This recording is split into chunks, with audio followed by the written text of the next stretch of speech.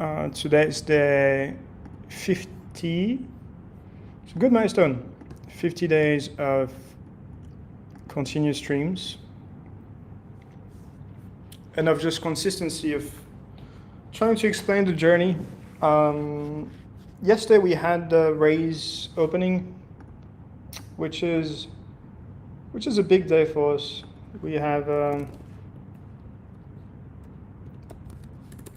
have raised about half of the vault so far, and we have 2 days and 8 hours left into the vault. I mean, my reaction to this is that maybe we should have done this after we do more meaningful revenues. I mean, after we launch a product. I think what is still hard to assess is what we did wrong is we had a lot of momentum initially, and then we've let that fade away. And what we're learning is that, you know, in the current markets, it's a bit too, like, the market's just really bad. And if you have momentum, you have to go and not wait.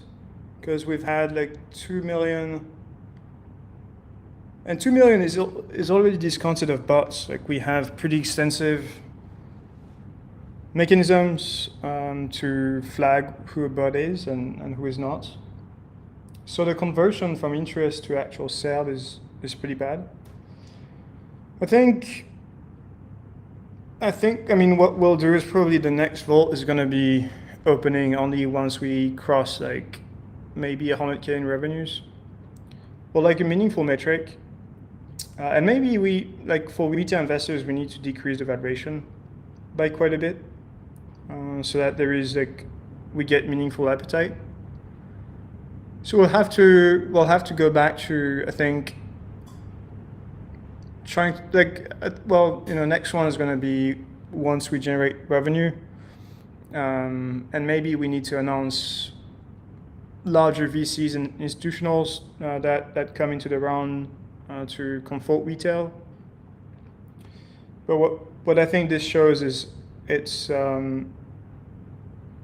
because if you would have done this sale in equity, I think you would have gotten a lot more interest. And so what this shows us is, and this is helping us as well in the market analysis, but it's by far much worse conditions than 2022, 2023, like of last bear market in terms of retail interest. And that is at least a good thing that we can look at for the market overview, is if you're not convinced that this is a bear market or anything of the sort, like, retail appetite is basically at the rock bottom. When, if I look back at 2022 in hindsight, the conditions were so much better. One can argue whether that was even like an actual retail bear market or just nothing compared to this one. So yeah, we'll wait for this vault to go on. As I said, I'm gonna fill the vault if we don't have enough interest. I think pragmatically, obviously you need retail interest before you go to TGE, and so there is no way we do a TGE without having a lot more retail interest. So that's just something to take in mind, or to take into consideration. And yeah, I'm not really happy with the. I did my best, genuinely my best on the execution, but honestly, that was that was not enough to have a 1 day or a few hours sellouts on a small vault. So I'm pretty disappointed with myself, if I want to be very honest. But we'll just move on, and I'm excited about the product launch. which is obviously the main thing. As far as the launch, we're putting a tentative date of the 13th of April. Internally, we had 7th of April as the date that we wanted to go for. Realistically, it was too tight for, I would say, more human reasons. I've pushed, so I'm able to push myself to exhaustion, maybe I'd be even willing to die on this stuff. But Vladdy and James on the engineering side, they need some time to take it a bit more chill. It's been, I think for the three of us, it's been 16-hour work days for a long time now with no weekends. And so I think I want the team to maybe just be on 12 hours and take some time on the weekend, because otherwise they'll just blow up. So our main consideration for going live is going to be uptime. Uptime is still we need basically 99.5% of uptime, because the issue is if you sell accounts and then the platform is not stable.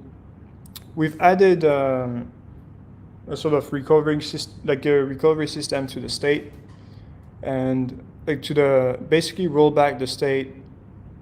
The issue you have is if the platform is down, then that means that your stop loss do not get executed, and TPs and all do not get executed. And so if you went to sleep and then your stop loss did not get triggered, obviously you'll wake up be super pissed. But what we'll do is being able to roll back the state, which obviously is not what you want to have, but it's at least a way in which we mitigate, because realistically we'll at least be a user that will be impacted, and we just want to make sure we deliver the best experience for those users. So the tentative date is this one. What we're preparing on the growth side is trying to go to do a pretty big launch on that day, and then I think we'll do a vault after this once we have meaningful revenues. Ideally, in the first 30 days, we can get 100K in revenues. I think that would be a great. Obviously, that's not margin, but I think that would be a great.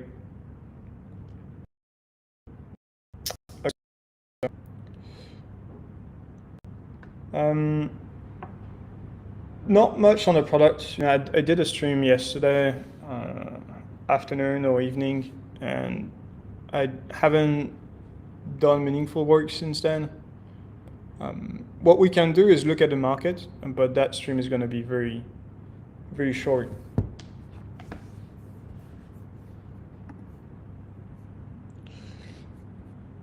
All right, so you guys see my screen.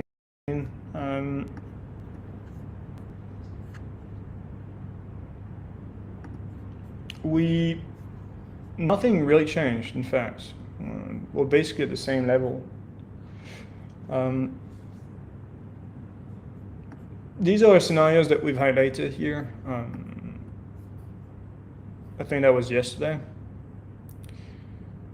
We still have the same core positioning. In fact, we have this BTC short and hype short. Nothing really changed, and I don't see a reason for it to change. Today, this is Easter weekend, so things are a bit the market's not going to open.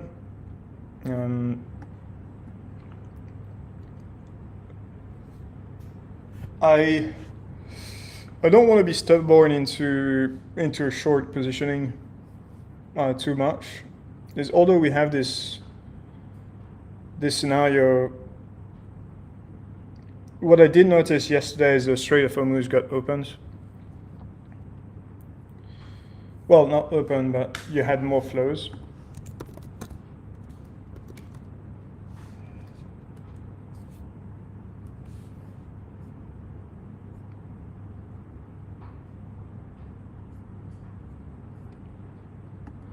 Wait. No, it's that one.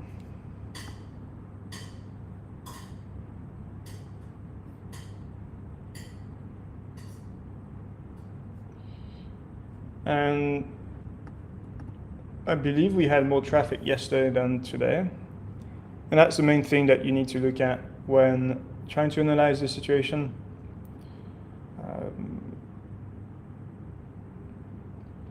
So you can have, like, politics can say whatever. At the end of the day, this is what's going to... oh wait, you guys don't see my screen.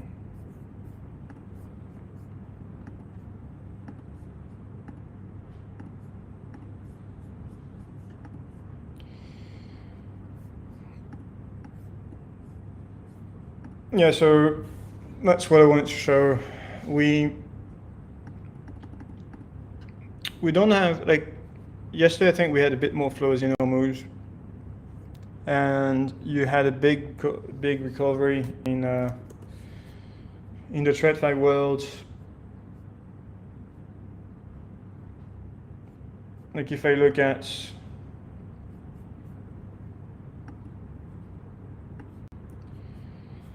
we had a meaningful bounce on the S&P. The thing that I wonder is, why is oil, like, one of those two, you have oil that is up and the S&P that's not down. I think one of them is lying, and you have to assess who is lying. I still see, it's honestly hard to see. You basically have an insane supply, like, energy crisis, but the S&P is just doing nothing. And to me, that's insane complacency. But again, as I say in every stream, like, realistically, I have no edge. Like, it's in TradFi, at least I have no edge. Maybe S&P just goes, like, it's just not destined to go down, and this thing is just going up only. The level that we had highlighted some stream ago, like this level for bounce was still there. It's just hard for me to understand, like, for example, to flip long here. I'm happy to cover shorts and take a loss on our short positioning. But from here to take a long, you would have to be, to me, you would have to be insane. And maybe that means, because all of the best rallies start when no one's expecting them, maybe we see BTC at 80K next week.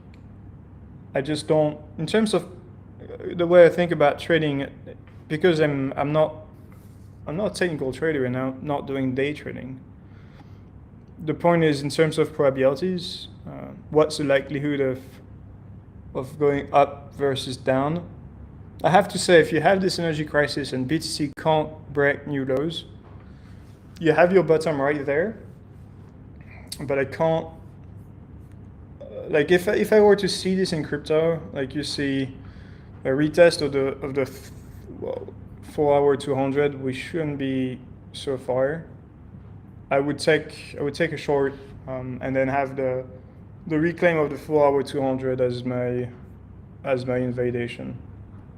That's what I would have done. I'm not doing TS so much, but there are certain setups I like to take, and those retests of that trend, I think, is very compelling. And if I just don't, with oil at like 112, what oil means, like, oil being up means you just have inflation risks that spread across every country. And obviously, once you have inflation, then if you want to have more loose policies, then you're screwed. And yeah, that's basically it. Like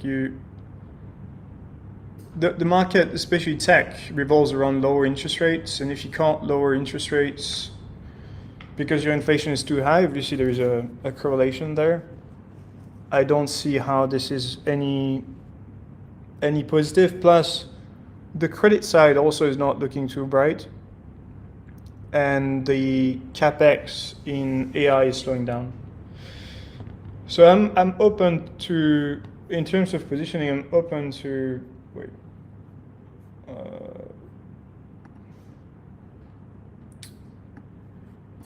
I'm open to cut my short if we were to reclaim this level.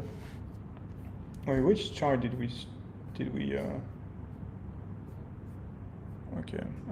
I'm willing to reassess. Like if you retake this level, that's the level that's just before the Trump speech. At some point, you just have to tell, yeah, the market's just too strong.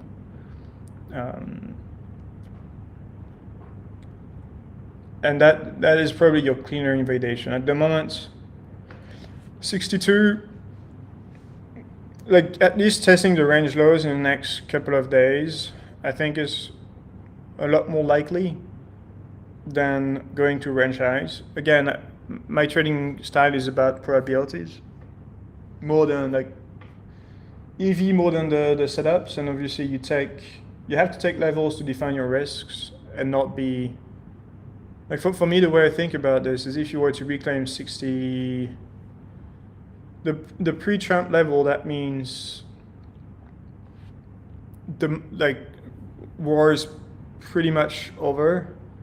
Because if you can't dump when Trump's speech was a lot more bearish than initially thought, then you'll just mechanically go more up, and then that could be a trap.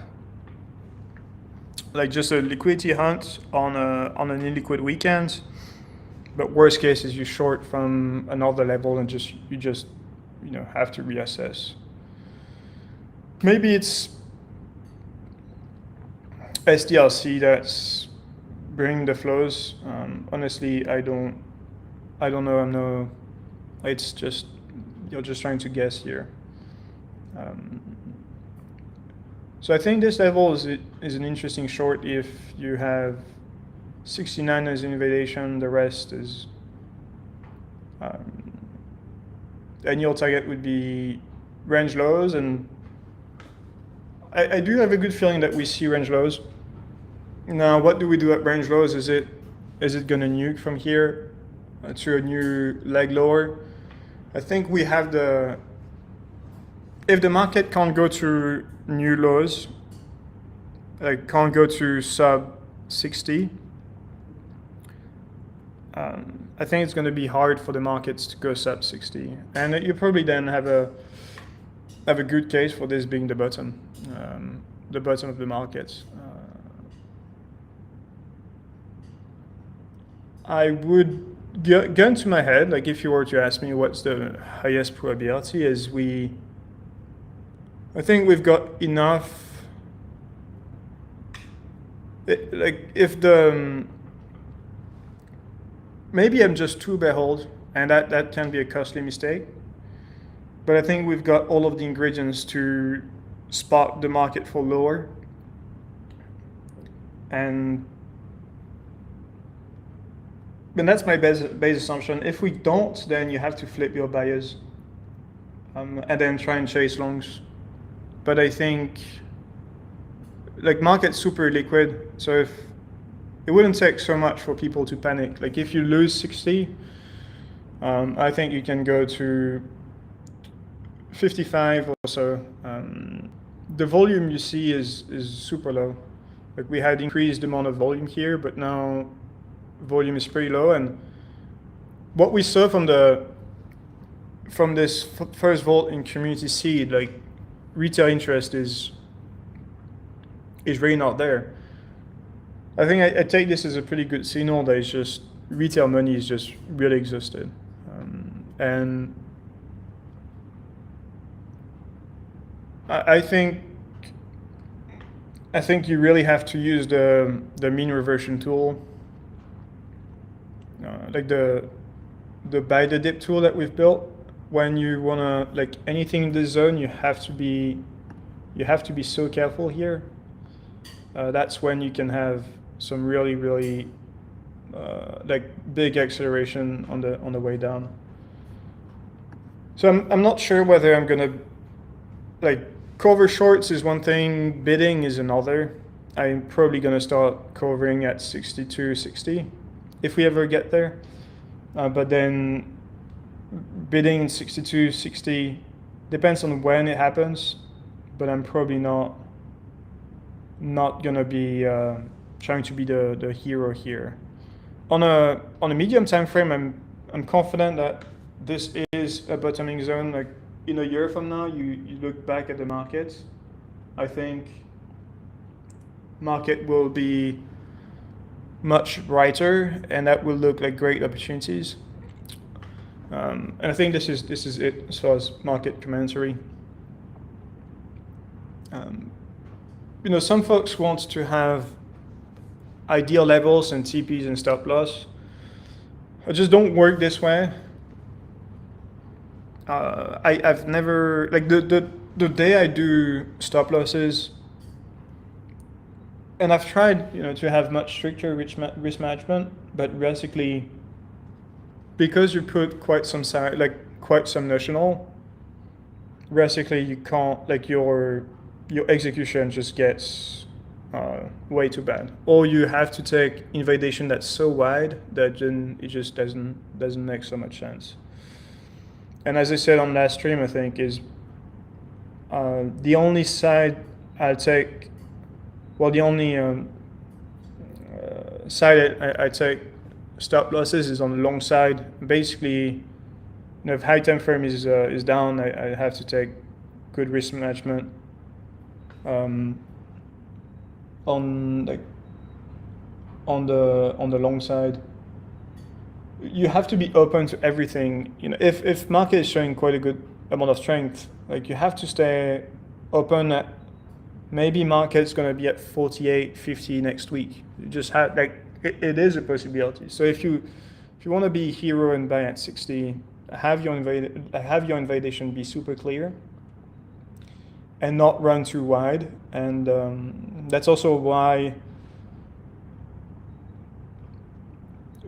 when you see what's happening in Asia, then it's hard not to be bearish. But yeah. And we also wanted to say on the 100K to million challenge, so I'm still going to do the streams, but I'm going to have delayed execution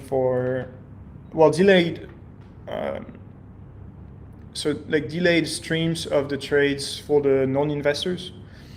And so the people that participate in the Propr estate rounds or like any vaults will have the real-time access. It's one way in which I provide value to the investors quite early on. And it's also me, working pretty hard to do this stuff. So far it's been fairly successful. And so I think the minimum is to get into the round. So we'll still publicly discuss about trades and provide commentaries, but if I guess you want to have like the real-time things, it's going to be gated to roll. I'm not sure if I'm going to keep the hyperliquid address. I'll see. Maybe I'll do it on a different address, and then at the end of the challenge, just show you, okay, that was fully replicated. I'm not exactly sure. I'm still trying to think about this. Anyway, I think this is it for today's stream, and I see you tomorrow.